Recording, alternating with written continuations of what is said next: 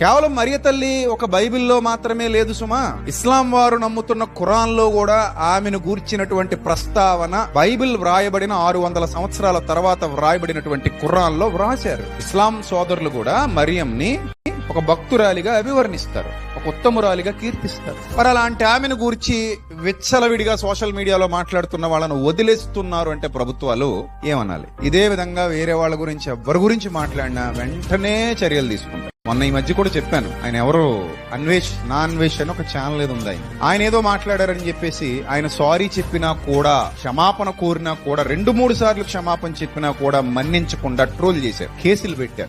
మరి ఇతర మతస్థుల పరిస్థితి అలా కాదా? ఈ రాజ్యాంగం, సమాన రాజ్యాంగం ఉన్న మన దేశంలో ఇతర మతస్థులకు ఆ హక్కు లేదా? ఇతర మతస్థులకు ఆ గౌరవం లభించదా? అంటే లభించదనే కనబడుతోంది. ఇలాంటి పరిస్థితులు ఇంకా ఇంకా ఇంకా పెరుగుతూ పోతే మత సామరస్యం దెబ్బతింటుంది. నేను అందుకే ఎప్పుడు చెప్తూ ఉంటాను, ఏ మతం వారైనా ఇతర మతాల వాళ్ళను దూషించే హక్కు వాళ్ళకి లేదు. నీ గ్రంథాన్ని నువ్వు చదువుకో, నీ గ్రంథంలో ఉన్న విషయాలు నువ్వు చెప్పుకో, అయిపోయింది. పరాయి వాడు ఎవడైనా వచ్చి క్వశ్చన్ చేస్తే, పబ్లిక్ డిబేట్ లో ఏమైనా క్వశ్చన్ చేస్తే క్వశ్చన్ చేయ ఆన్సర్ అర్థమైందా?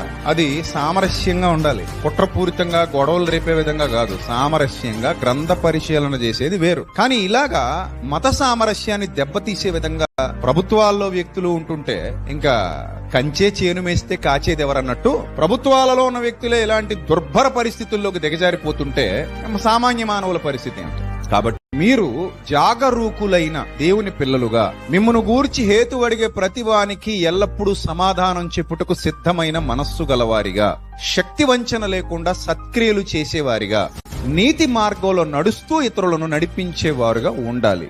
దానికి ఒక కమిట్మెంట్ కావాలి.